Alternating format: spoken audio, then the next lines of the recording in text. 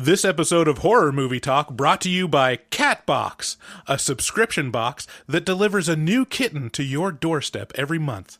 Experience the joy of kitten ownership over and over again.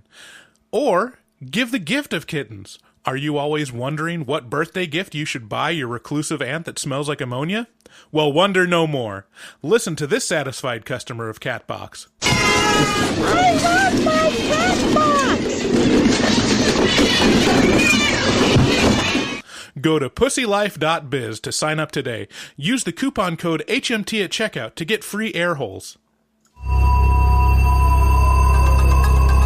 Hello and welcome to Horror Movie Talk, an opinionated and accidentally funny horror movie review show.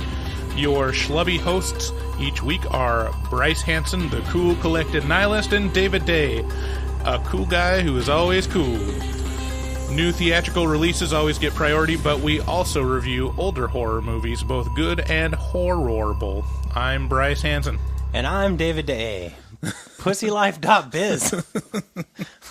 Go check them out. Yeah. I love it. So we're back from Christmas, and even fatter and schlubbier than ever. In the midst of our very special Christmas episodes in December, Netflix released one of the best horror movies of the year.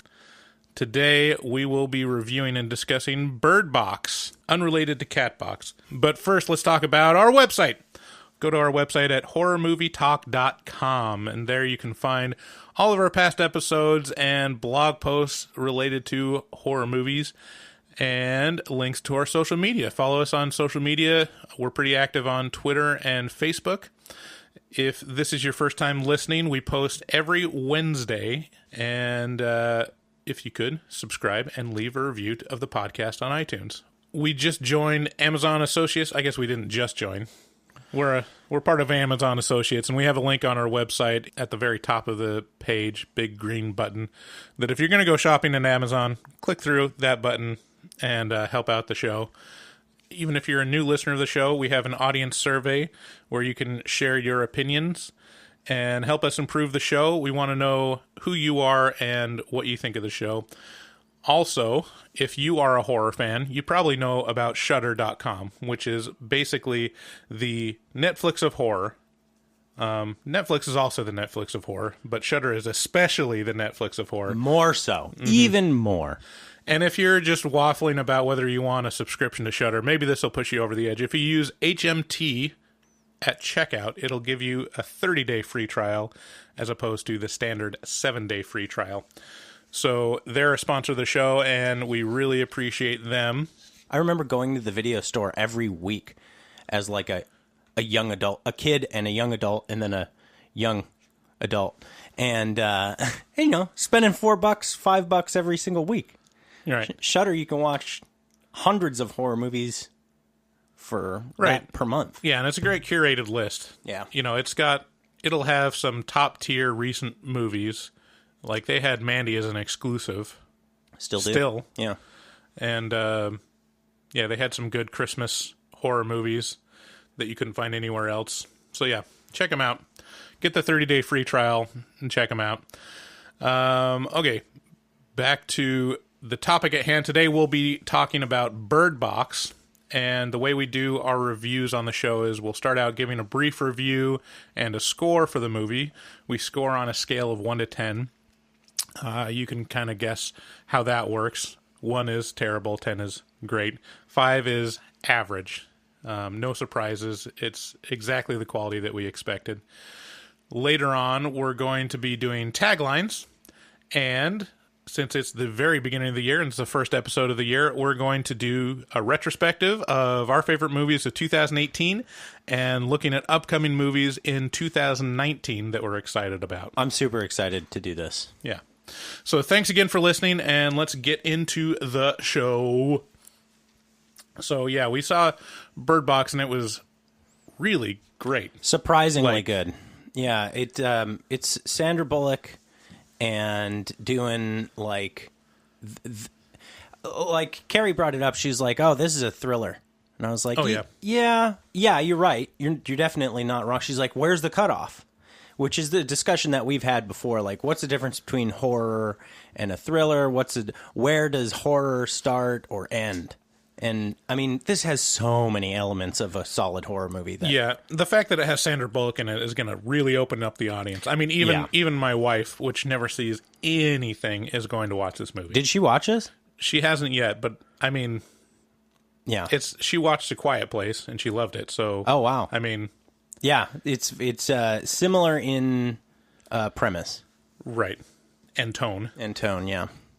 Anyways, here's the trailer for Bird Box. It's story time. You know, when I was young, we had a boat. And every single summer, we'd take it to the lake. And there was love. And there was family. It was a wonderful time.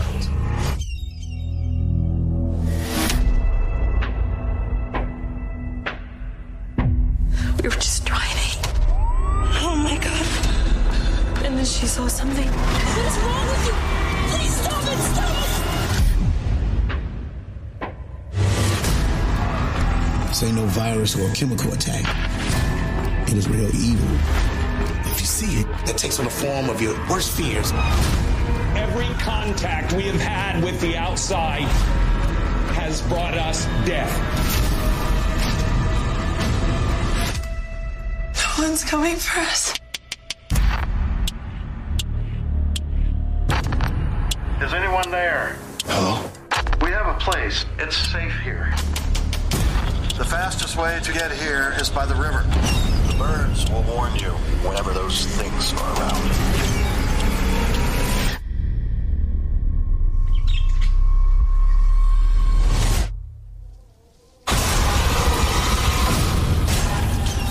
We are going on the trip. Never take off your blindfold. We will make it. You take this and you go. I'm leaving you. Please don't take my children. Open your eyes. No! Open your eyes. Please don't take my children! Do you hear that? The creatures. Go.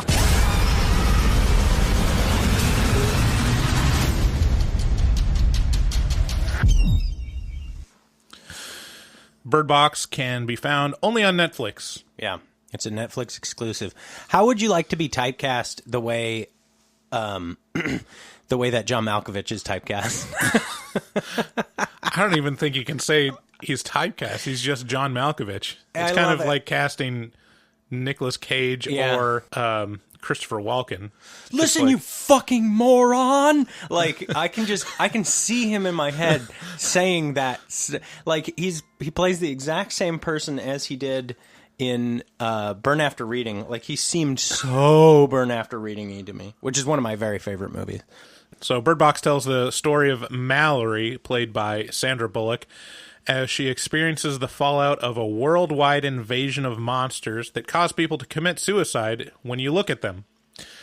The survivors of the invasion figure out that they must block their view with blindfolds or window coverings to resist the influence of the unseen creatures.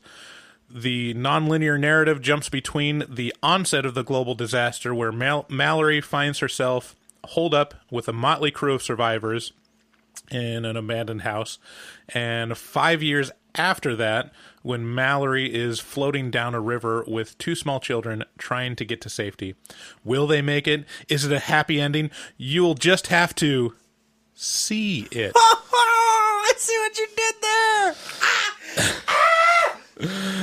There is a star-studded cast that give great performances, notably Sarah Paulson in her small role as Mallory's sister, and Trevante Rhodes, which you might recognize from Moonlight, is the love interest. 50 Cent's little brother. Mm-hmm.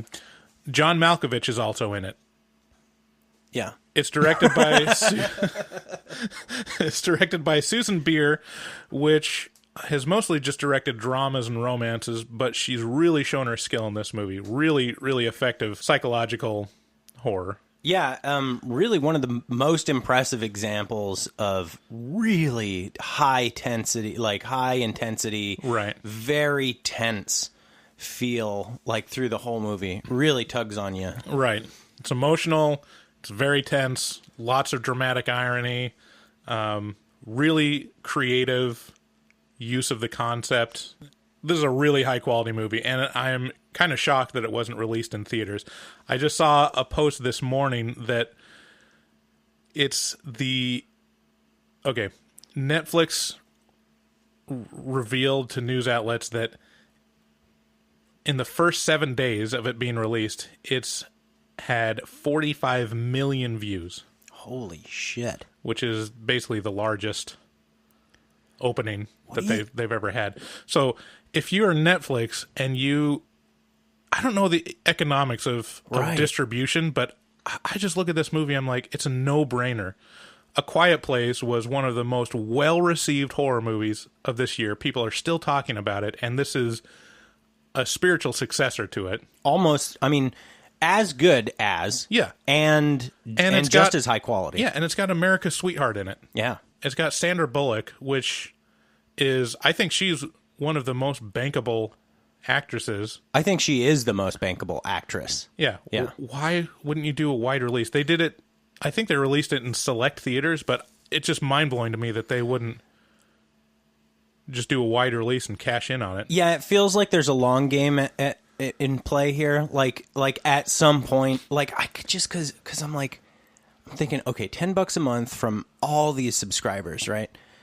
This is Netflix model. Now, once they got everybody, once they have full saturation, then is there like another play that's going to happen where it's like, okay, now we're moving to Amazon's business model where you get Prime, and you have free shit on Prime, and then you got to pay for all the stuff we don't include in Prime. Is that the way Netflix will do it once they have a huge subscriber base, like an even bigger subscriber base than what they already have? Or yeah, I almost wonder why Netflix hasn't opened up to just selling a la carte movies for rental. Right.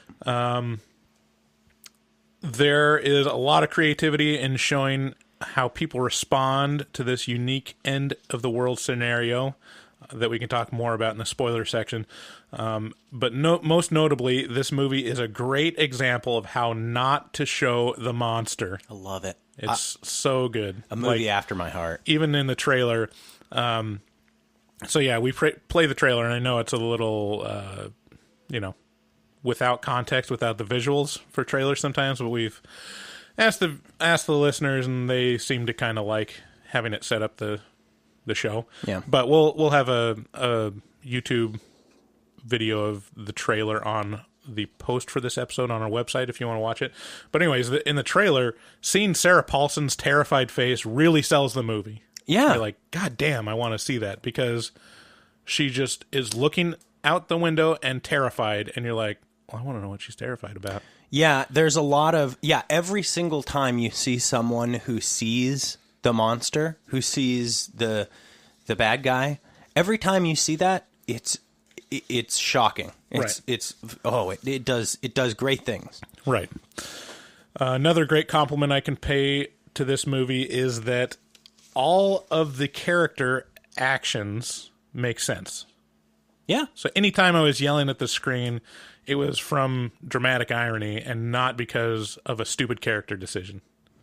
It wasn't, bitch, get out the house. Yeah. It was like, oh, God damn. Yeah, they really had the right vehicle for every action to take. That is to say, they had the correct character do the dumb thing. Right. Because that character was dumb. Right. Or weak. Or the closest to that was one of the children runs off and does something that Sandra Bullock tells him not to, and you're like, fucking kids. Yeah, but you know what? Fucking kids. Yes, you're like, God damn it, they're hard to control. Why are you running into the street? Why are you doing that? Like you just look at the kid and you go, yep, that's exactly how a 4-year-old would behave, because that's how 4-year-olds behave. Right.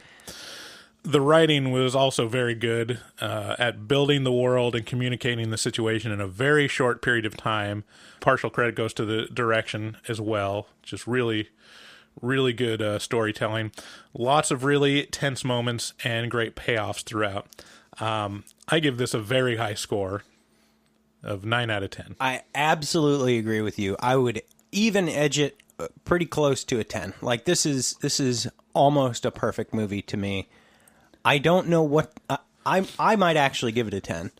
Yeah, I mean, the only reason I don't give it a 10 is that I'm just reserving that for classics. Yeah, and that's fair. Time will probably forget this movie. I imagine it won't end up being An Exorcist or something like that, because of the platform it was released on and the way it was released.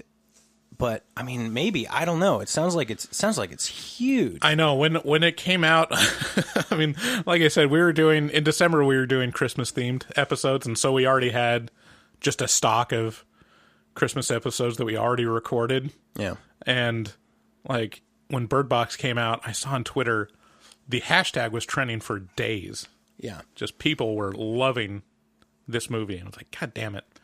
Its name, the name Bird Box sounds so much like a product to me that I was like, oh, what's this? I have birds. Do I need this box of birds? I keep mine in cages. What have I been doing wrong? I really like the fact that this movie, yeah, like you were saying, the direction is really good. It doesn't hold your hand. Instead, it just displays everything you need to know and then moves on. There's not a bunch of bullshit exposition that pushes the story along. There's not, there's no goofy, corny, horrible lines. It's just a well-made movie that runs itself quite well. Yeah. So, yeah, this is one of the rare instances where we're in perfect agreement. 9 out of 10. So... Yep. Go see this movie. Such a low threshold for watching it. I mean, how can you not have Netflix at this point? You have to. But if you don't, I mean, geez, get the 7-day free trial and watch. Check out Bird Box. Yeah. So, all right. And The Ritual. And The Ritual, which we had an episode several weeks ago. You can check out.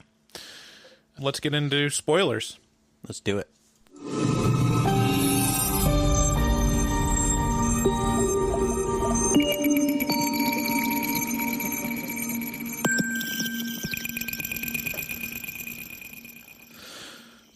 What are you laughing at? One of your beats. Should I give it away?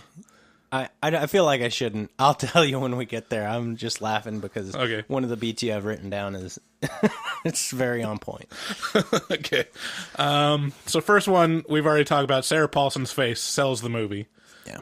The panic is real. Like, so let's set the start of this movie up in the chronology of the story that this movie is telling. Mm-hmm.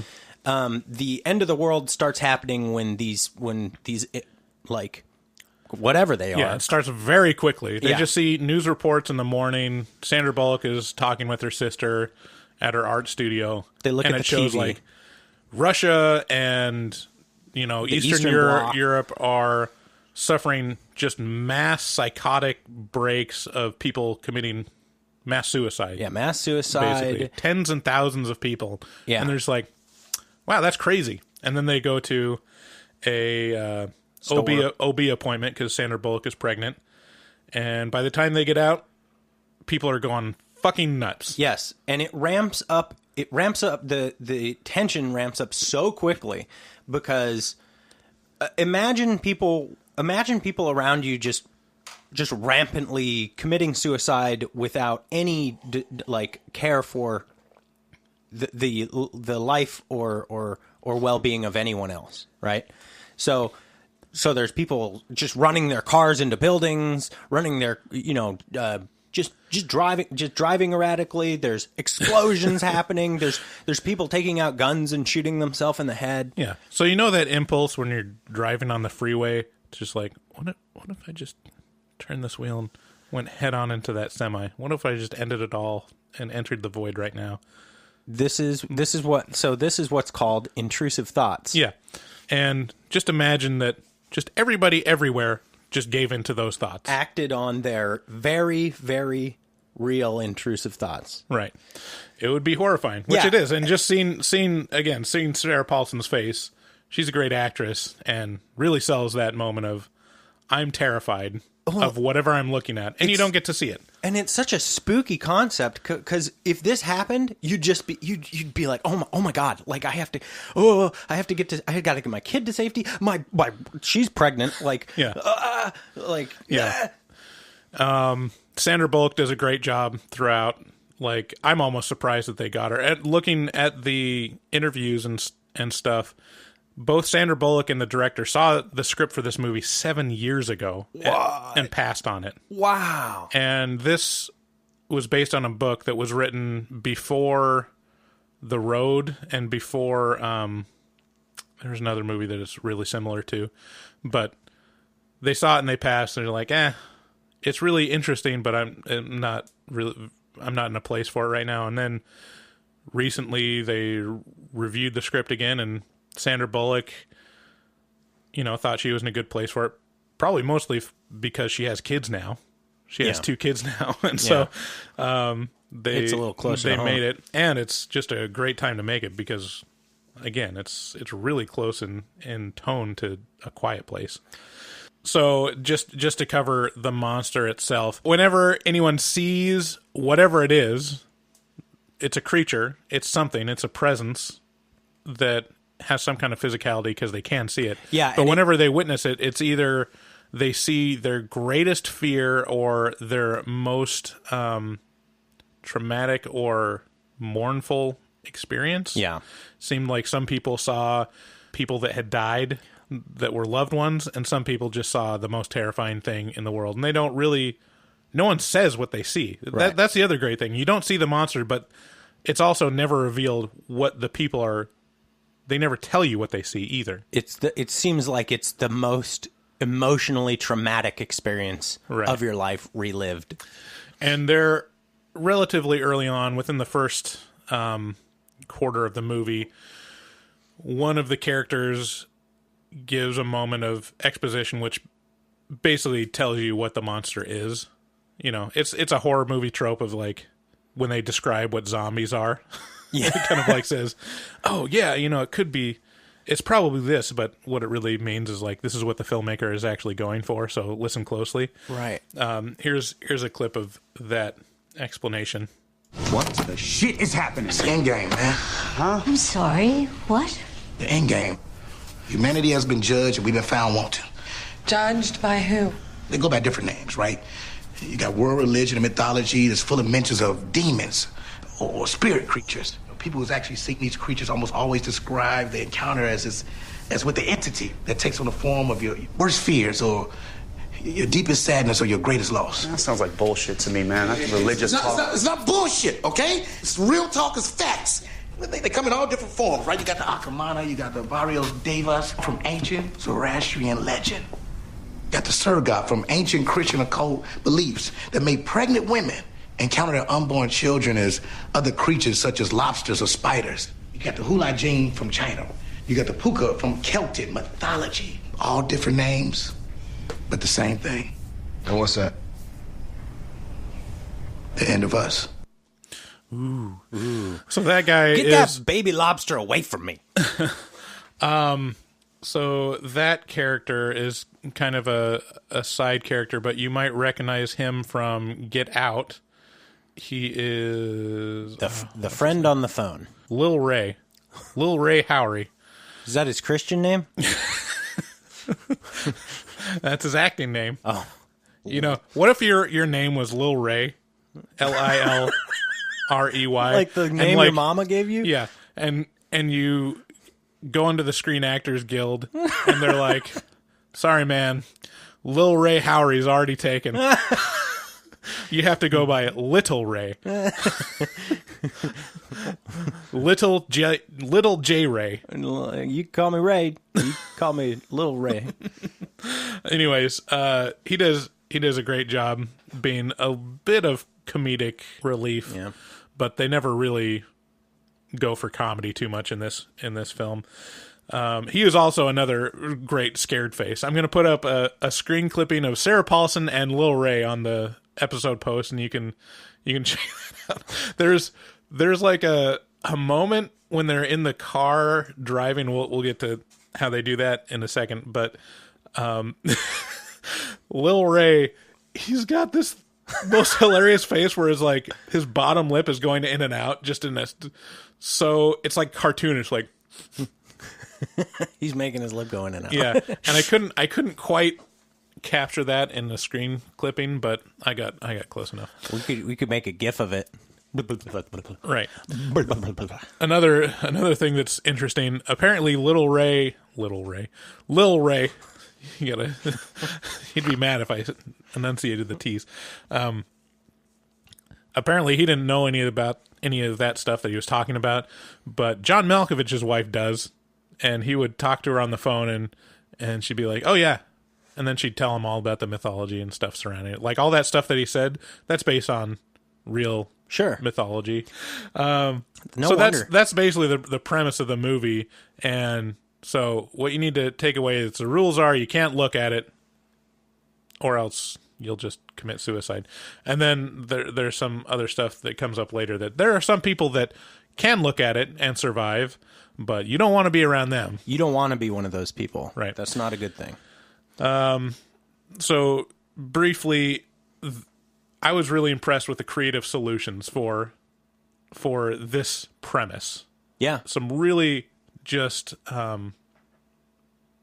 cool ideas. Interesting in the same way that all the solutions for Quiet Place was. Yeah. And, it's basically the same feel as a zombie movie, the first part of the chronology where they're holed up in the house. Yeah. And there's just something that they can't go outside because it's super dangerous. And so a couple of the things that they do is they are able to drive the car to the grocery store by painting the car windows and then using the GPS to give turn by turn and just looking at the position of the car in the GPS, which is genius. I'm like, that is awesome. Because I practically do that already. If I'm going slow on surface streets and I don't know where I'm going, like I'm pretty much doing what they're doing in the movie, not even really looking at the road. And then also it talks about using the proximity sensors on modern vehicles to, make sure you don't run into anything. And I thought it was probably a missed opportunity for a product placement for Tesla or one of these, automated driving cars that can just do it themselves. Oh man, that'd be perfect. Yeah, Tesla. But even just using the GPS and the proximity sensor was genius to me. Yeah, this did a thing that in high school I had a friend who was such a terrible driver that I had to coin. To my knowledge, I coined this term entirely originally by myself, which is driving by Braille.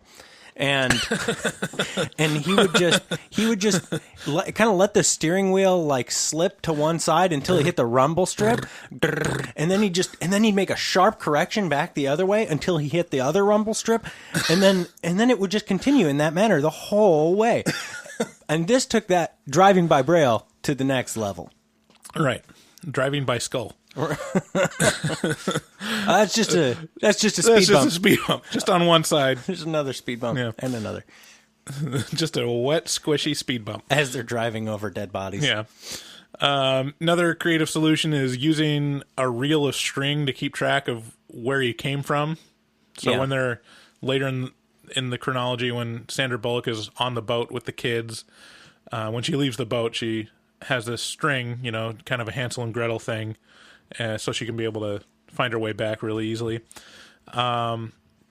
Also, the moment in the movie where they use the security cameras to try to figure out what's going on outside, and they're like, well, I mean, they're security cameras. We're not looking at it. It's like translated into pixels and put in black and white. It's probably not the same dangerous. Thing, Yeah, right? It's not the same thing. And they're still very cautious about it.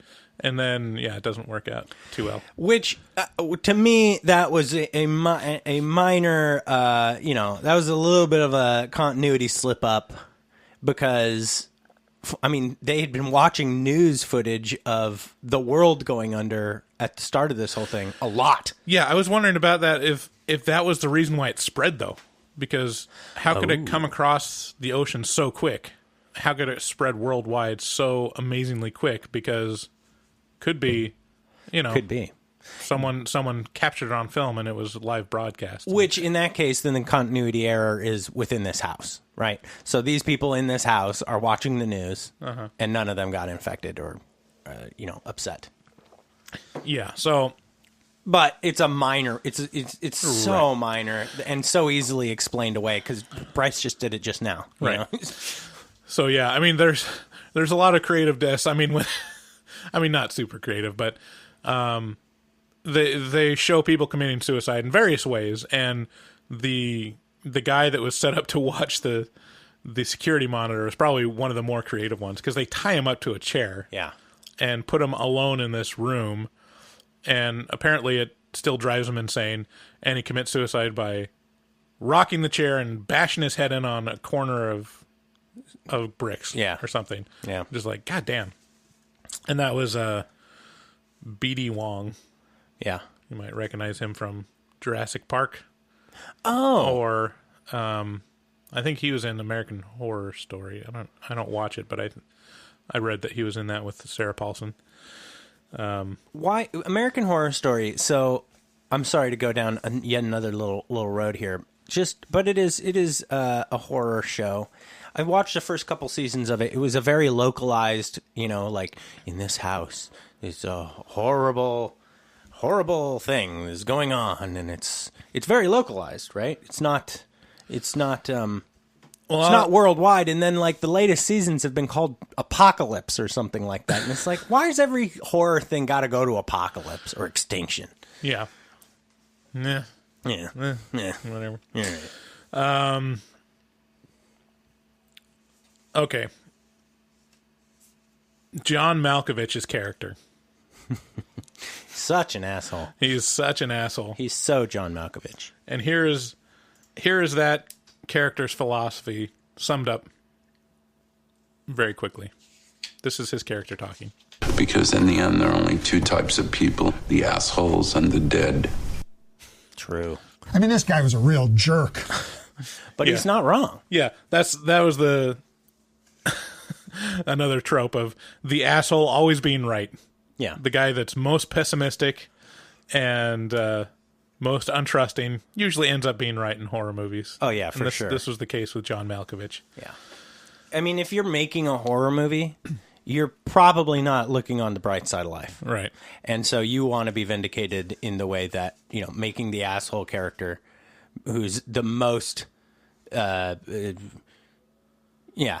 Yeah, there's not a lot of information on this movie on IMDb in terms of trivia and stuff, but I've watched some interviews with the cast. And when they talk about... John Malkovich isn't on any of the interviews, but when they talk about... Shocking. When they talk about John Malkovich, it's so specifically like, oh yeah, that makes total sense. That's how people would walk away from John Malkovich. The only thing that all of them had to say was he talked to the birds a lot. Oh, like literally. Yeah, that makes. Anytime they weren't filming, he was all over them birds and like tweeting and talking to them. This makes and like perfect sense. I think Trevante Rhodes, he talked about how it was uncanny that John Malkovich would be talking to these birds and he could tell them to like move a foot and they would. He's just had a special connection with these birds. And I love John Malkovich. Just such a weird dude. He's such a jerk. I feel like I would get along with him really well. Oh yeah, and then the other thing that Trevante said is that there was a moment which he's like yelling at the cameraman like, "This is a close up." Like grabbing the camera and stuff. I'm like, "Oh yeah." So it's one of those situations where it's like, "Oh, John Malkovich, John's John." He's not an actor so much as he is a person who yells at people on screen. There's another great story. There's a clip on YouTube of Matt Damon talking about working on Burn After Reading. Rounders. Oh, Rounders. Is it Rounders? It's the one where he's a poker player. Was Matt Damon on Burn After Reading? No. I'm thinking of something else. No, it's when Matt Damon is a poker player and John Malkovich plays like a Russian gangster poker player, and he talks about the first time that he gets to act with John Malkovich, and he has such reverence and was like, oh man, this is gonna be great. And everyone on set was just like, John Malkovich is just one of the greatest actors of our generation. And then he comes in, and the first scene, John Malkovich gives the most ridiculous Russian accent. Give the man his money. If you don't. and Matt Damon just looks at him with wide eyes, and he's like, what the fuck he's are lost his mind. Are you doing? And John Malkovich sees Matt Damon's reaction, and he leans forward and whispers to him, I'm a terrible actor. And it's just, at once you gain so much respect for John Malkovich. That's great. And anyways, yeah, so I love that clip. You should check it out on YouTube. I'll post it in the episode post on our website. Oh man, it's gonna be a great post. This is just a throwaway observation. This is something that my friend Kevin would come up with.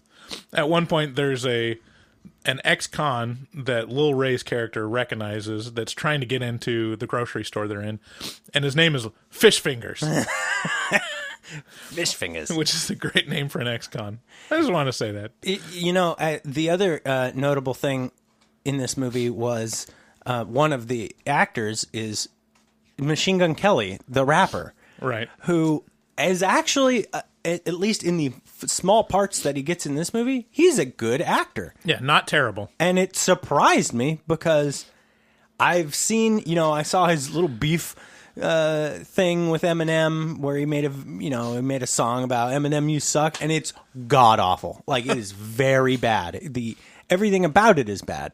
And then to see him act in this, I was like, first I was like, oh, that's a legit actor. That's not Machine Gun Kelly. And then I'm looking at all the tattoos. I'm like, that's actually. Well, I mean, Machine Gun Kelly is basically playing Machine Gun Kelly in this movie, though. So, yeah, I mean, yes, but he doesn't embarrass himself. He does not embarrass himself, right? Which is, I would think, his trademark. So halfway through the movie, we're introduced to the concept that there are some people that are able to see the monster and survive, and they're basically the monster's acolytes. Their whole goal in life now is to get people to look at the monster because it's so beautiful. It's so scary. And here's the character. They let a stranger into the house, and he explains where he came from and why he had to run from where he was. Here's the clip. These psychos from Northwood. I don't know. Where is that? It's a mental institution for the criminally insane. So he has to run away from where he's holed up because there's a mental institution for the criminally insane. This is what I was laughing at. This is the beat that I was laughing at earlier. Yeah. Which is, so my question is that still a thing? Is there actually somewhere a mental institution for the criminally insane, or does that only exist in Gotham City? No, it has. No, you know what? Actually, I think there are parts of maximum security prisons and prisons in general where criminally insane people go. Because, for example, what's his face? The guy who died a couple years ago, he did convinced those people to kill those other people in L.A. Charles Manson? Yeah, Charles Manson. He was in a prison right by where I went to college in San Luis Obispo. But it was a maximum security prison. Yeah. And he's definitely criminally insane. Well, yeah, but they don't... It's not on the placard outside. Right, no. It either says, state penitentiary, or it says... mental hospital. Right. So to answer your question, no. The hospital for the criminally insane does not exist anymore, I don't think. But I love that they... Or maybe never did. They put that line in the movie. So speaking of that stranger that's accepted in the house, that was one of the best turns in the movie and one of the most tense scenes. Oh, man. He talks about how, he came across these people, and then later on it's basically revealed that he is one of those people, that he saw the monster.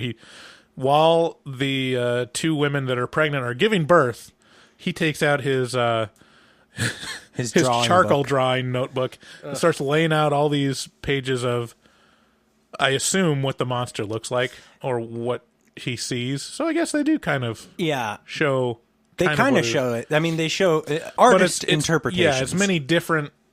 I almost wonder if they used like the concept drawings. I wonder if they're like concept drawings for the monster that someone drew for the movie. Yeah.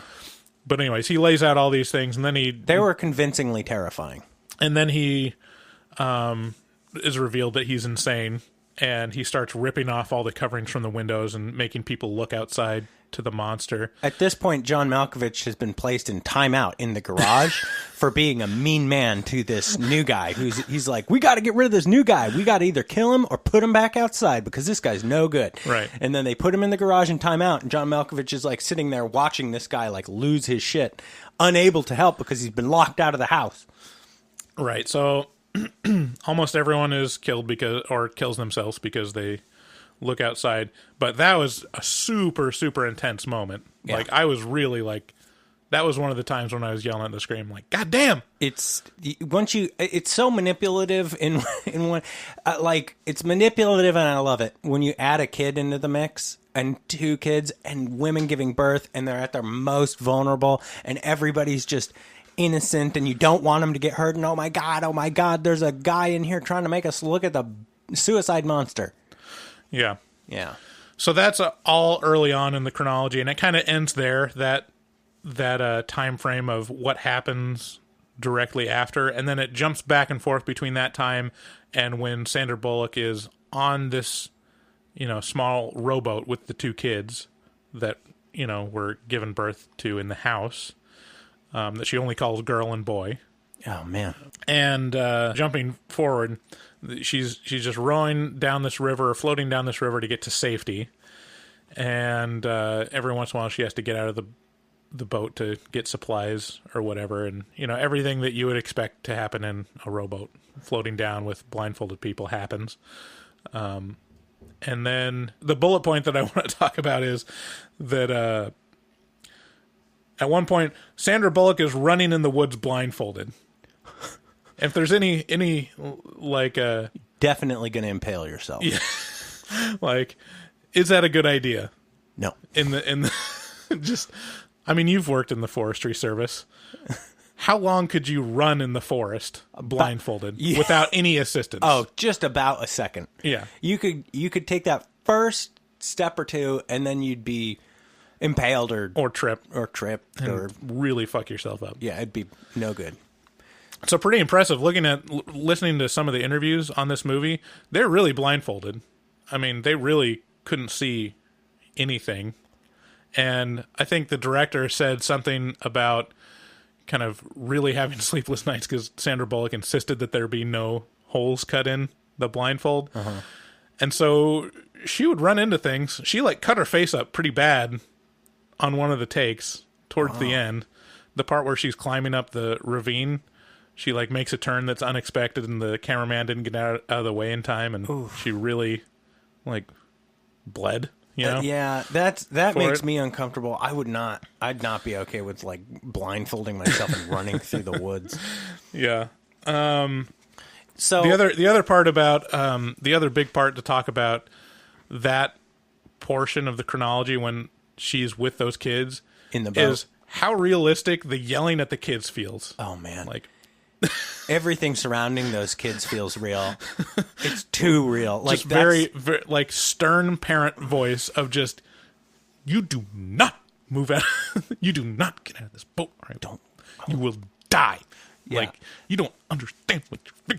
Yeah, and it's a really upsetting scenario that this movie puts the viewer in because it's exactly how you feel about kids anyway. But the stakes are ultimate. Right? So these kids basically don't get to have a childhood because they're always being prepared for the worst. Because Sandra Bullock is a super pessimist, and she's ready for these kids to die at any moment, as is observed by the fact that she calls them girl and boy. Yeah. And there's kind of a through line about that. Yeah. So, here's a clip, because she's at some point she's with Trevante Rhodes' character, and they're all together as kind of like a pseudo family trying to make their way down the river together. Or no, they're just trying to survive. They're like camping out, and they've been living on their own for like 5 years. It should be developed noted, a relationship. It should be noted that the boy is Sandra Bullock's biological child. The girl is the surviving child of the other woman who gave birth. Yeah, at the same time. And then committed suicide. That now Sandra Bullock is raising. Right. So anyways, there's two sides of the coin with the relationship between Sandra Bullock and Trevante Rhodes' character raising these kids. Sandra Bullock is very protective and all about survival, and Trevante Rhodes' character is much more about, giving these kids a good life, nurturing, and this is a good clip that kind of explains that dynamic. What is this for if they don't have anything to believe in, Mal? So that they survive. Surviving is not living, Mal. Well, they're gonna die if they listen to you. Life is more than just what is. It's what could be, what you could make it. You need to promise them dreams that may never come true. You need to love them, knowing that you may lose them at any second, okay? They deserve dreams. They deserve love. They deserve hope. They deserve a mother. They deserve a mother. You haven't given them names, Mal. Their names are boy and girl. Think about that. Every single decision I have made has been for them. Every single one. Even the girl and boy names? Like that was the decision it makes sense. It makes sense because if you know that you are going to die and you got some 5-year-olds or little kids, you want to make sure that they understand they're on their own. Like, you want to put distance between your emotional connection to them so that they don't make stupid decisions after you're dead. And so it makes sense within the world of the movie what she's doing, and it makes sense as a character that, well, first of all, she's kind of distant and in general, and protecting herself by not having close relationships, and that's established very early on. And so half of it is that, but the other half is in the world of the movie trying to protect these kids. There's an element of like, if something happens to me, don't try to save me, run. Shit could go down very quickly and you could be on your own, and in that case you still need to survive. Right. And it's such a cold perspective, but it makes sense in framing it that this is about survival, and it's the decision that she made for the kids to not name them. That's true. Still a little weird, but it makes sense the way they explain it. I bet that it's just I bet that there's a little bit of something lost in translation between the book and the movie that I'm sure is fully fleshed out in the book and just didn't have enough time to do in the movie with the girl in the book. I'm sure that's fully explained in the book. Yeah. So there are some real emotional moments in this movie that, like, got me choked up a little.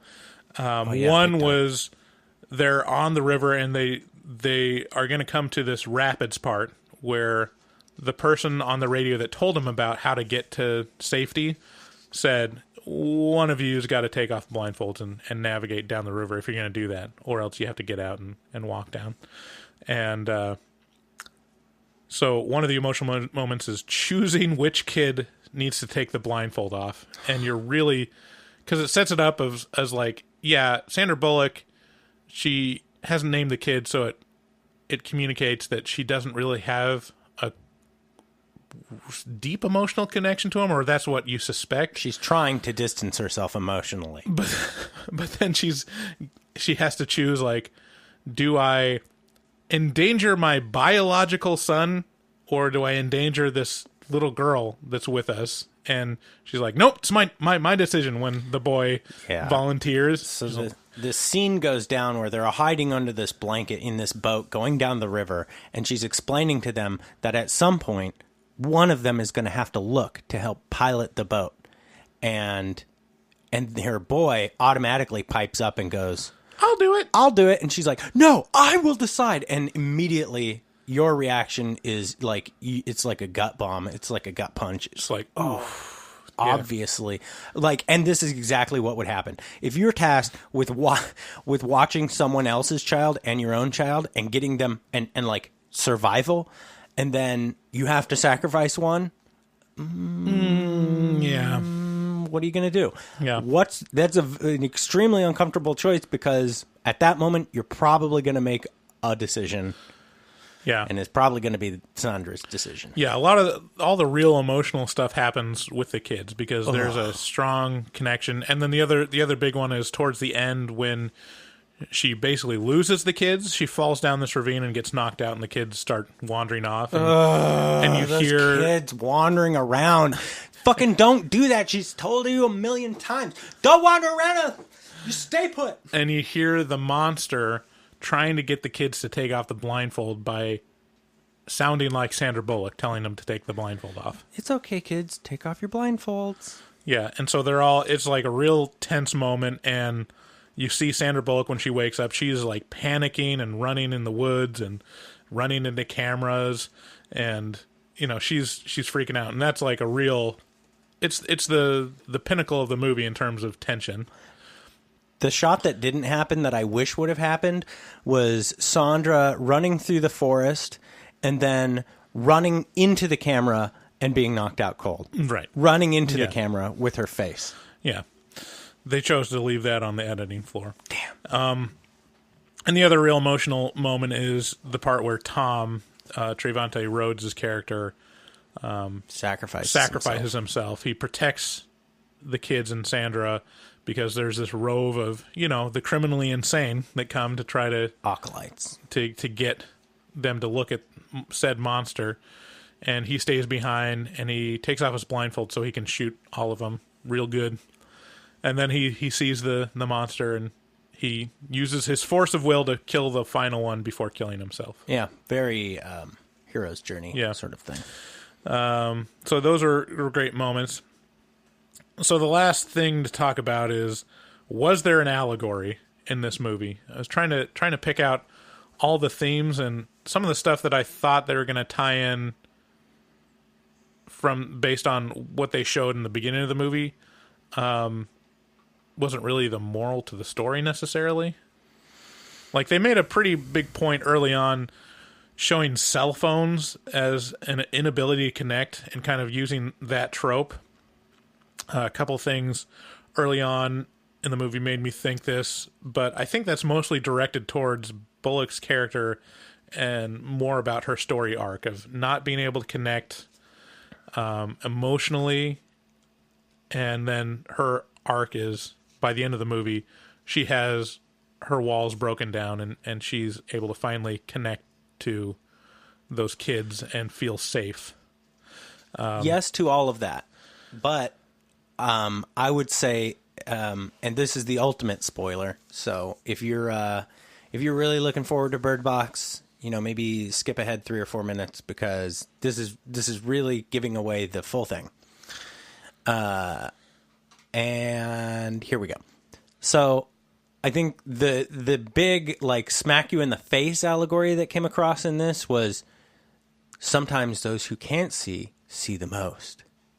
Right. The blind, where they end up, their ultimate asylum is found at a house for the blind. Right. Where, these guys can't see, so they're automatically safe. And they have a convent, not a convent, but a commune, where there's a bunch of people who have found this place, and now they're living in a little utopia surrounded by evil. Yeah. I mean, there's the other allegory, or the concept that I thought they were going for, is just kind of a Pandora's box kind of situation, where once you know something or once you see something, you can't go back. Right. Where it's just, that's it. Like, you can't change it, and it's unavoidable. And in the circumstance of this movie, it happens very quickly. Like, you're changed immediately, and then it means doom. Right. Not necessarily evil released into the world, but like, now you die, because you can't go back. Kind of a Pandora's Bird Box. So we haven't really talked about birds at all. We kind of mentioned it a little bit, which is like the whole reason this movie's called Bird Box is because birds see the thing and they freak out, and that's how you know the thing is near. Yeah, or they sense it. I mean, they can't even see it in the box. It's got some breathing holes, but they'll freak out in the presence of the monster. Yeah, it's interesting. Which isn't a huge part of the movie, actually. No, like, it's kind of... To name the movie Bird Box because they keep because you see birds 3 or 4 times. Yeah. Yeah. That was... They should have just called it a blindfold. Oh, there you go. Blindfold. Or blind. Ooh. Or a blinded place. Oh, yeah. Oh, okay. Another theme that I thought that the clip that I played about survival versus living, that's definitely like a strong trope, but that's in a lot of horror movies of just how can we create a life in this horrible situation versus how can we just live day to day and the decisions that you make based off of that. Don't See Good Movie. That's another good title. There you go. Save it for taglines. The final 2 ideas that I kind of had what they were going for is just the greatest fear, the concept of your greatest fear, how it's different for everyone. And it's just kind of a cool concept. Yeah. And then also in some of the interviews, like one thing came up that I thought might be an interesting idea that they're trying to bring out of, like, what is causing people to harm themselves? Like, in general, like in society right now, people are committing suicide a lot more than they used to. And what's going on? Like, why are people harming themselves? And so in this situation, it's, you know, the nth degree. All of a sudden, everyone's killing themselves and no one knows why. Right. And it's this terrible thing that's going on. No, I like that one. That's probably the most on point, right? Yeah. Which is we kill ourselves every day over the fears that we make up in our own head that no one else can see or perceive. Right. I mean, it's a very rich concept. There's lots of stuff going on in this movie. It's, you know, lots of interesting character stuff, lots of world building, overall overarching themes. Yeah. Like it's a really great movie. So yeah, go see it. Okay, one last bullet point. So it was such a great decision not to show anything. I'm just so glad. absolutely great. And then I learned that there is a deleted scene where they show the monster because some genius producer said, I mean, you got to show something, right? You got to show something. How can you, that makes me so upset. I know. It's like another example of a non-creative business person. It's like, I want input now. You take all the power away from the thing as soon as you show it. It is gone. So apparently, they said what it looked like in the scene where they were shooting it, and to their credit, it was going to be a dream sequence. It wasn't going to be like an actual real life thing, but it was going to be Sandra Bullock in a dream sequence, and she sees the monster, and it was a big green snake thing with a baby face. And so Bullock, apparently it was very hard to get through it because Bullock thought it was fucking hilarious, and she would break up and people on the crew. And I think the director was like, I'm sorry. I was like, we just got to do this, you know, like it's never going to see the light of day. Thank God. And so, yeah, so I can't imagine how bad that would be. It's if interesting. They showed it. It's interesting to think about it for me because if they'd have shown 2 seconds of an interpretation of the monster, other than the drawings, like the drawings worked because there was no, it didn't, you know, it was like a bunch of different things. It was like, oh, and goddamn, they were all fucking spooky, and it was just this guy like kind of like just jerking off over these terrifying photos and or drawings. But if the movie had actually come in and been like, here was what the monster looked like for 2 seconds, the whole movie would have been upsettingly ruined for me. You know what it would have been? It would have been Signs. Oh, yeah. Although like I like science. I like science too, but the worst part of it is showing the aliens. Yeah. I mean, kind of. I mean, they kind of paint themselves into a corner where they, have to have the aliens attack them, and so you gotta see them. But, but like if they had made the aliens just unseeable, that would have been. Or if they had just left it to extremities, like a hand or a foot or like a thing dashing away that you can't quite make out, that works fine for me. Right. Yeah, but as soon as it's like, oh, it's a little gray alien or a big gray alien. Swing away. Swing away, Meryl. Okay, so that's all the things I have to say about the movie. Final recommendations.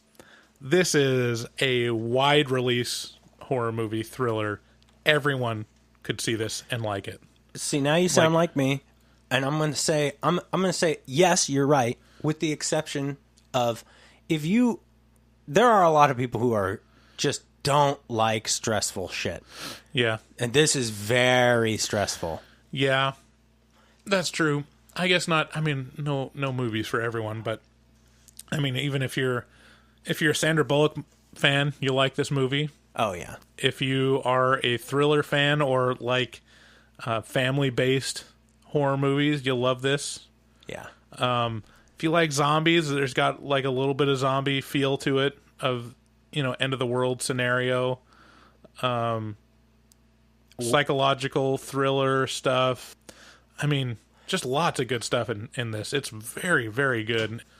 Like I said, I'm really surprised that it didn't get a wide release because it would have done really great. Yeah, it would have. And there's been a joke in our house for the last week. We watched this about a week ago, like maybe Christmas Eve or Christmas, or maybe the Sunday before Christmas. Anyway, we watched the trailer for it one night, and Carrie was like, holy shit, I don't think I can deal with that tonight. I was like, yeah, I'm not really feeling it either. And then we kind of ruminated on it for 24 hours and came back to it the next night, and Carrie's like, okay, I think I'm ready to watch that shit. And then we watched it, and it was just as stressful as we had imagined. And every night since then, we've been like, what do you want to watch? Want to watch Bird Box? Hell no! It's because it's effectively stressful. It's like edge of your seat. Like, oh man, ooh. Yeah. Okay, go see it, or sit down in your house and see it. Next, tagline.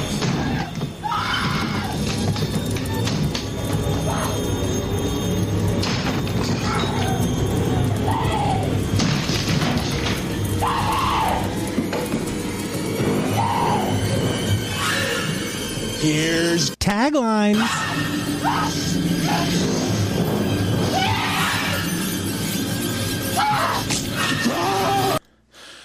So taglines is a bit where we come up with alternate taglines for the movie we're reviewing. Some of them are funny. Some of them are just, hacky. Could actually work for the movie, but these are ones that we think are more fitting. How many did you get? I've got 5. Wow. Maybe half of them are okay. Okay, I've only got 3. So okay, that's fine. Okay, first tagline. Saw you with the box. What was in the box? What's in the box? What's in the fucking box? Oh, it's just birds. I love it. Cut. Print. Oh, that's good. What's in the box? Oh, sorry. Oh, it's just birds. What's in the box? It's just birds. It's just birds. Yeah. Bird Box, the best Visine commercial ever made.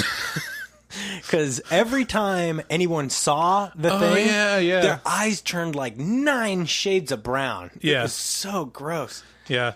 And I realized that going back and watching the Sarah Paulson scene, it happens with her too. Like, I thought that was a continuity thing. I thought that only happened to people that were like converted. No, if you're converted, your eyes look kind of normal, but your irises are all fucked up. Okay. Yeah. It should have been like Ben Stein being like, got dry eye. Remember those Ben Stein commercials? Yeah. Bird Box. Blind people be like, what the fuck? Hey, what's going on? What do you... Hey, it sounds like... Anybody? Hello? Bird Box. Simpsons did it. Just don't look. Just don't look. Da-na-na-na-na-na-na-na. When there's that Simpsons episode, it's a Halloween episode where all of the like the Pep Boys, like all of the brand that's brands right. come Yeah. to life, and they're destroying the town.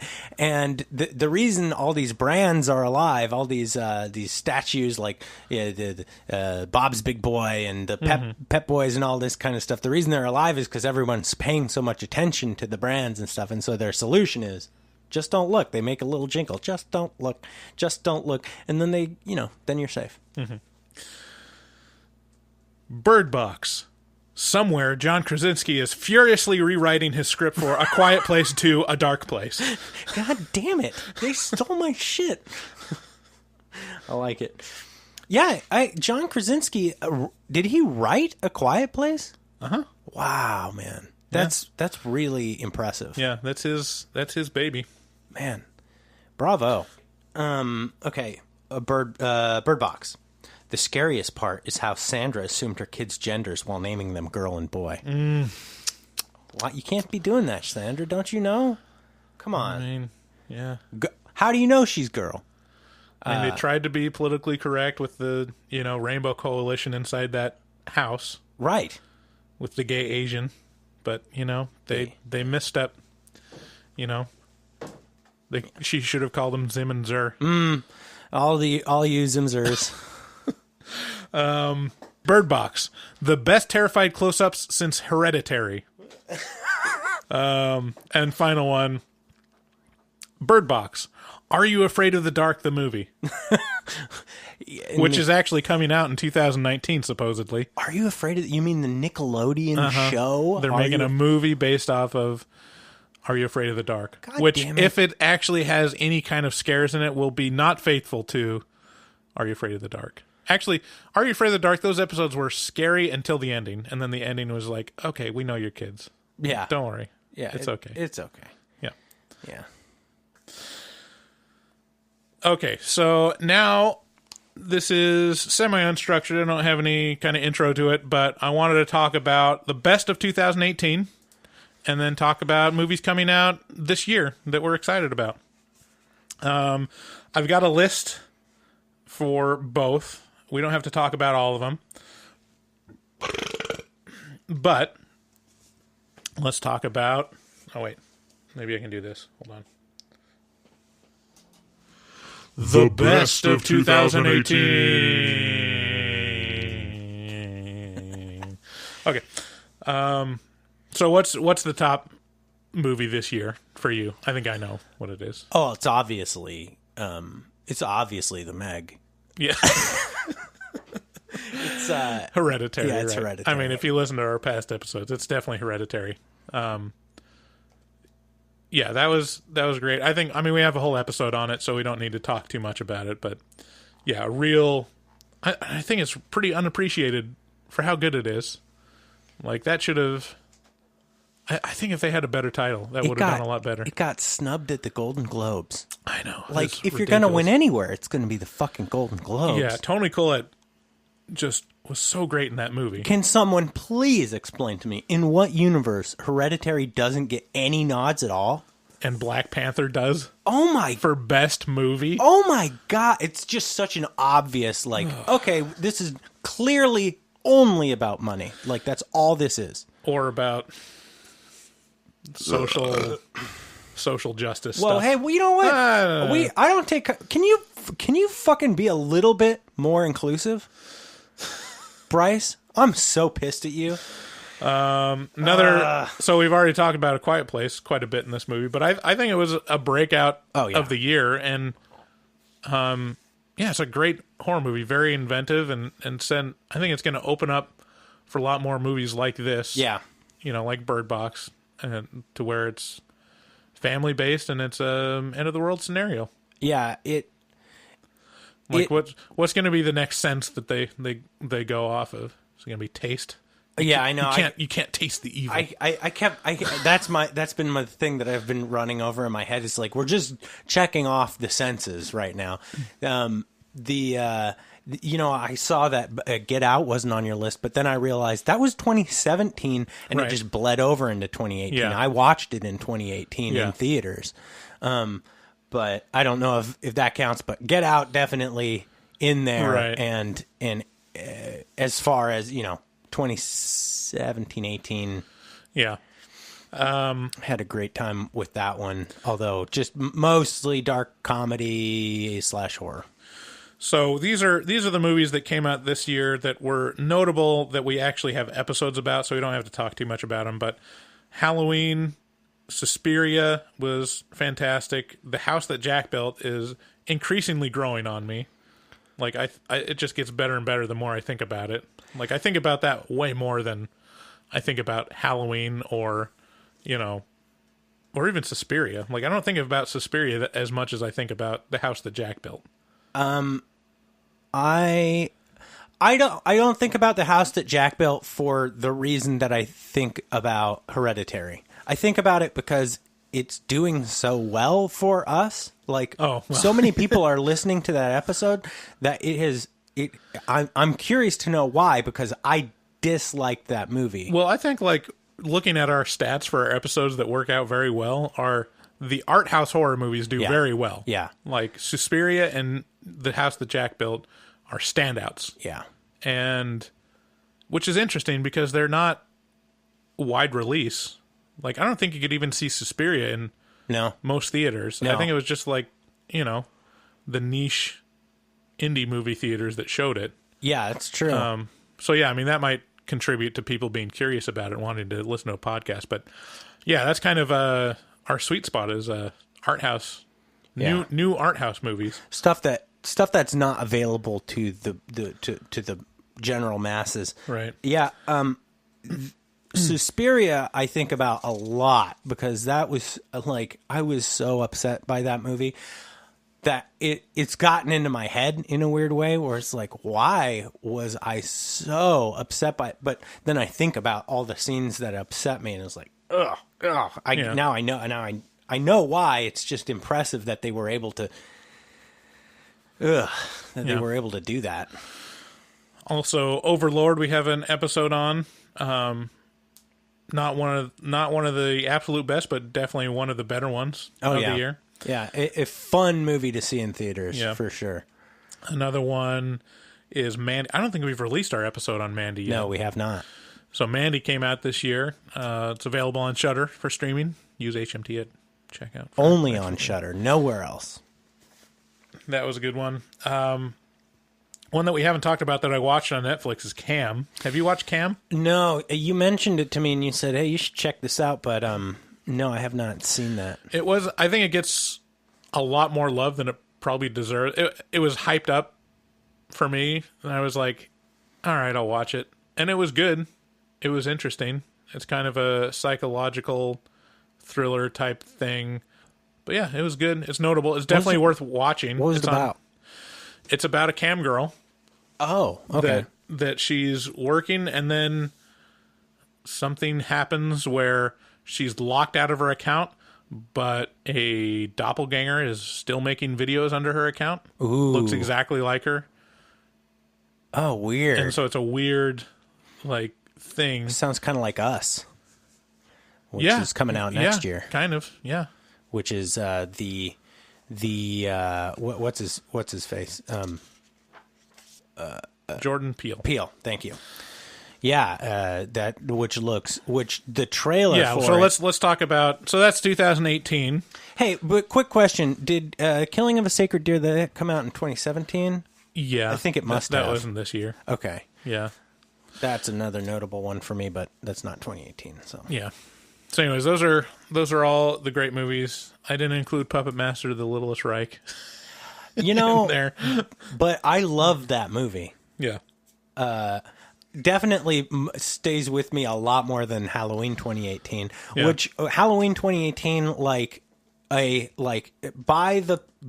if you're checking boxes, it's a great movie. Mm-hmm. But for me, not a big slasher fan, and it was just kind of it was fun while I was there. Yeah, I've forgotten about it since.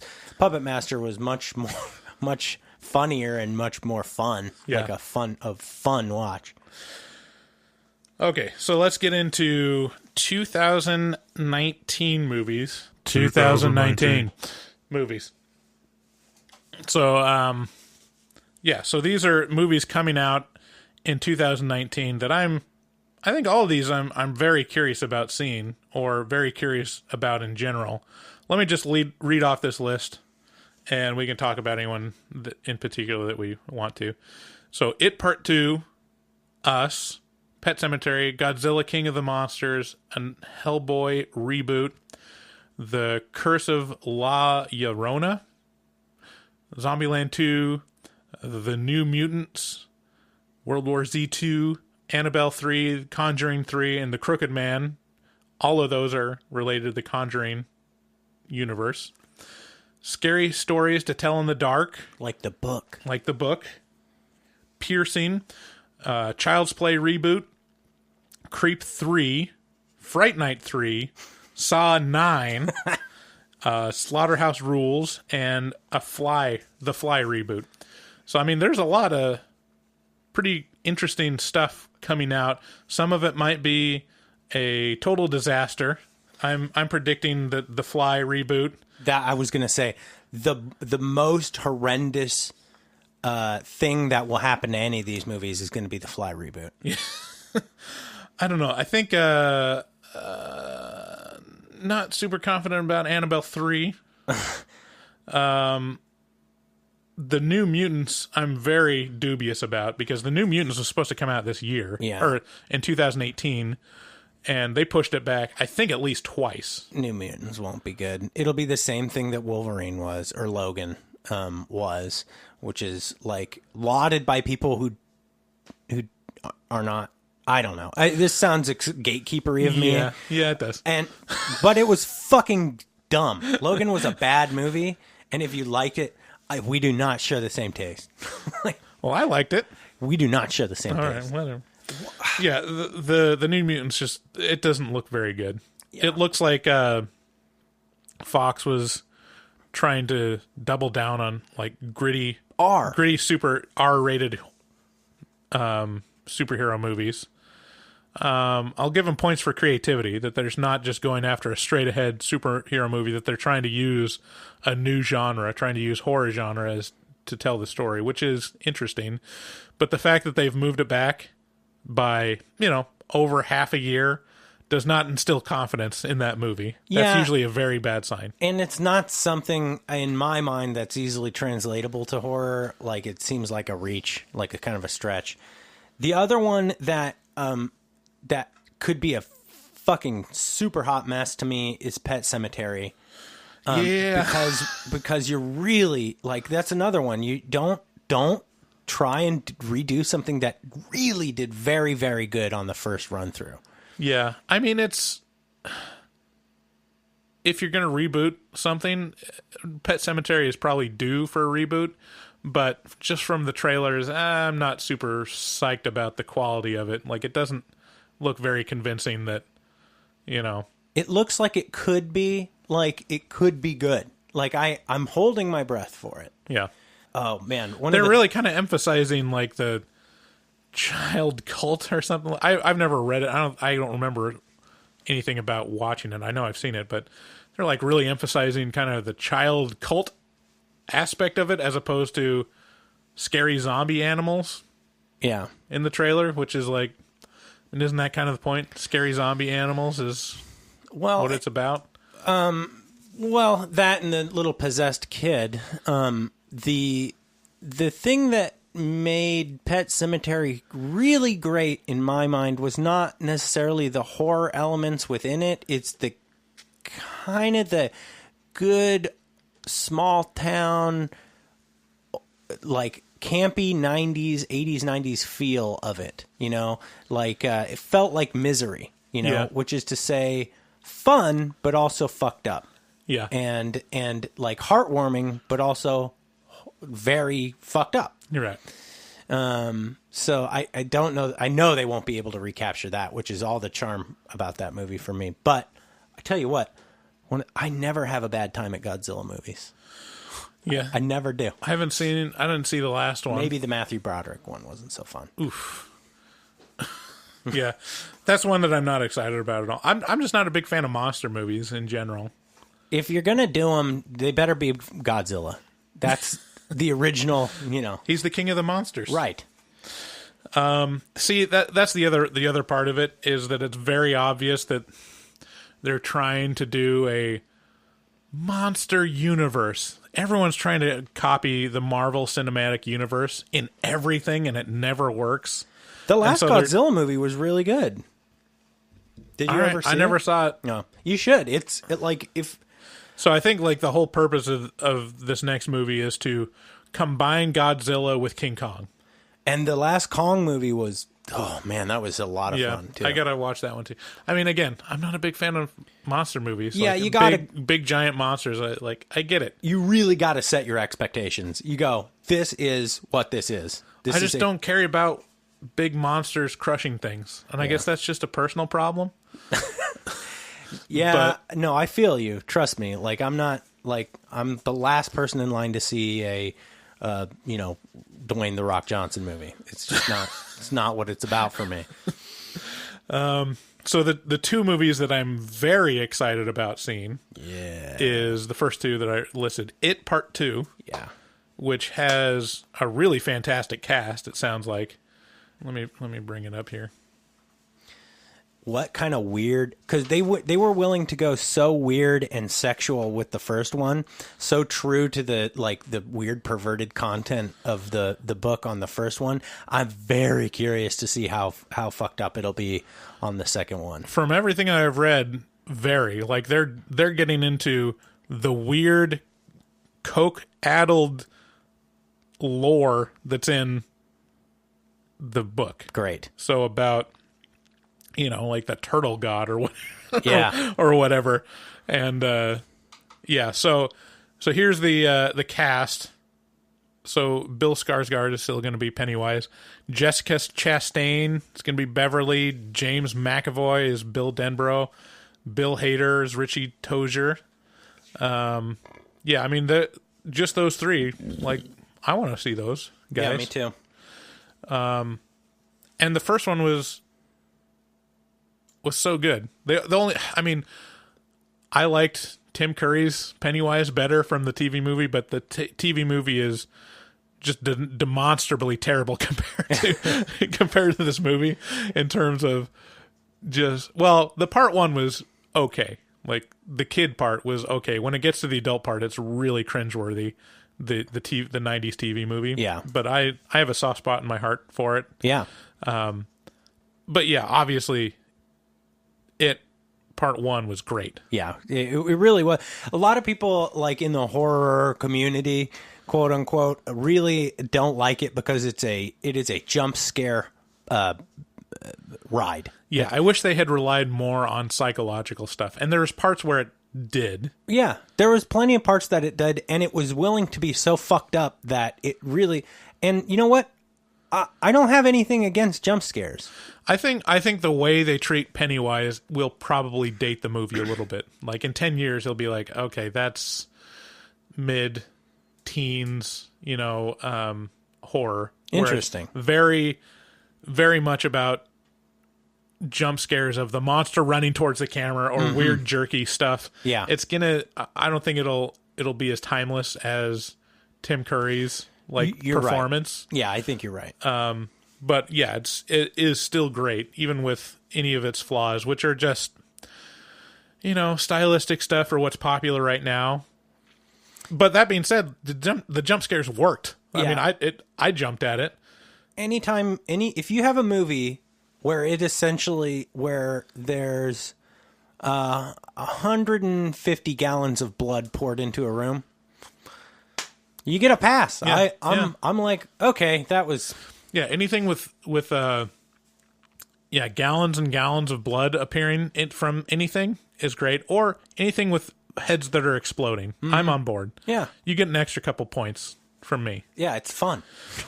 And then I think even more so than It Part 2, I'm really excited about Us. Oh, man. And they just released a trailer for Us. A controversial trailer. For everyone, but for the movie, us. Right. And it's Jordan Peele's new movie. He did Get Out, which is amazing how good it is for his debut. First movie he's ever done. So everyone's really excited about Us. What was controversial about it? It's so upsetting to watch. Like people do not like that trailer because it's too much in the theater, right? Oh yeah? Yeah, that was a lot of what I read about it was like there was some upset about how disturbing that trailer was. And they're not wrong. I mean, it's a disturbing trailer. Yeah, it's a great trailer because it doesn't really give away much. Yeah. It's very gives the premise. Gives the premise or just enough details about the premise that you're like, okay. Yeah, it's about a family who as far as I can tell, this family looks out their window one night and they see essentially clones of themselves walking down the driveway. And they're like, whoa. Like those are 4 people who are exactly like us, but they're like the twisted version. The upside down version of us. It's like the Bizarro version of the family. Yes, that's exactly what it is. It's Bizarro version. And yeah, and then it just... Oh. Yeah, and I'm assuming, just based on Get Out, I think it's going to have a really good social commentary component of it. Yeah, that's not groan-inducing. That's very creative, and I'm looking forward to see what he does with it. I can already feel it just in the title, right? Yeah. Just Us. It's like, oh well, there it is. Here's what we are. Yeah. So. That one I'm really excited about. I love the Creep movies, so Creep 3 should be great. I didn't like Creep 2 as much as I liked the first one, but this is the sleeper on the list for sure. Yeah. If you haven't seen Creep, I mean, oh man, what a great movie. You cannot go wrong by whatever watching Creep. Whatever it's trying to do, it's pitch perfect to that. Mark Duplass is an angel. So great in it. Yeah. He just rides that razor thin line of like terrifying and goofy as fuck. Yeah, he's like Michael from The Office. He's like Steve. It's like the perfect man doing exactly what he was meant to do. Is a man who knows how to make you feel uncomfortable and just off, like just makes you squirm in your seat watching this movie. It's fabulous. And Creep 2 is not far away from the quality of the first. Yeah. It's very close and it's so true to form. Right. And Creep 3 I'm very excited for it. Also, what I'm really curious about is Scary Stories to Tell in the Dark. So based off of the book, the creepy illustrated book with short poems and short stories. It's produced by Guillermo del Toro. It's not going to be directed by him, but it sounds like he's going to have a bunch of creative input. So I wonder about the director. It's kind of, he's unknown to me, but I feel like it'll be a Tim Burton type thing where it'll look fantastic. Yeah. It'll be pitch perfect on the visuals, and then the actual movie will be hard meh. Yeah, and that's how a lot of the way. That's the way I feel about a lot of Guillermo del Toro stuff. Yeah, which is like, it's just kind of forgettable. But yeah, boy, does it look great, and the concepts are solid. Yeah. How do you feel about the Hellboy reboot? They have a trailer for it now. Yeah, I mean, you're taking like a very a sacred franchise to a lot of people. And a very accessible franchise that could be done some great stuff. So I have high hopes for it. You can do some great stuff with Hellboy. I don't know how well it lends itself to actual full-on horror. It could be dark and it could be kind of fun. That's my hope for it. That it's dark and it gets into some myths and legends of, the true to Hellboy comic content where, they kind of delve into a regional mythology or lore or legend of something like that instead of kind of going full sci-fi with it. Just kind of have it based in history, have it based around something terrifying, some myth. I think people that are fans of the first movie are kind of upset that Ron Perlman isn't Hellboy in this one. Who is Hellboy in this one? It's the guy from Stranger Things, the cop. Oh, which is a really great. good choice. Yeah, that's perfect. Yeah, he'll be great. Yeah, Ron Perlman, don't get me wrong, fantastic Hellboy, but I mean, if you're going to have somebody else do it. Yeah, and Ron Perlman's starting to get pretty old, too. Yeah. He's... Yeah. If Hellboy had... Well, Hellboy does have hair, doesn't he? No. Oh. If Hellboy had hair, he would have white hair at that point. Yeah. Mm-hmm. Okay, so that's what we're excited about for 2019. Tell us what you're excited about in the comments or on social media. What are you looking forward to this year? What were your favorites of 2018? It's a new year. It's a time to reflect and a time to look forward. So I'm sorry. Of course, Hellboy has hair. Yeah. Okay. I'm sorry. He does. So let us know in the comments or on social media. We look forward to talking with you there. We're excited about the new year. I think we're committed to make the podcast better and better. If you want to help us out, take the audience survey on the website. It'll be on the sidebar of this post or in the main navigation from anywhere on the website, horrormovietalk.com. So thanks again. Please share the podcast with a friend. If you've got a friend that likes horror or just tangentially has gone to a horror movie with you, or you talk about stuff, share the podcast with them. Yeah. That's how we grow. We don't advertise. We don't do any of the ideas that we've come up with for promoting the podcast. So we rely on you to share the podcast or retweet it or whatever, Yeah, it would help us out a lot. Yeah. Again, if you want to help out the podcast, click through on our Amazon link on our website. Bookmark that link. Bookmark the link, and any time that you shop for kitty glitter or whatever you shop for at Amazon, we'll get a very, very small bite of it. And we've had some people from the analytics. I've seen that people have clicked through, but no one's bought anything. No one's bought anything yet. You guys are slipping. Yeah, I think we might have lost our opportunity to qualify. I think we have 45 days or something. You have 90 days. Oh, 90 days to Amazon will look at us and be like, is it even worth it to continue with horror movie talk? Yeah, help us out. Throw us a bone. Yeah, just go buy like a 25-cent screw. There you go. So we'll get a little taste of that. We'll get a percentage of a cent. Also, check out Shudder. Check out Shudder.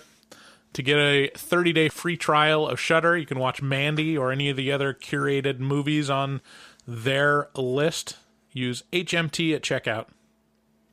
Get a 30-day free trial instead of their 7-day free trial. The horror movie streaming platform.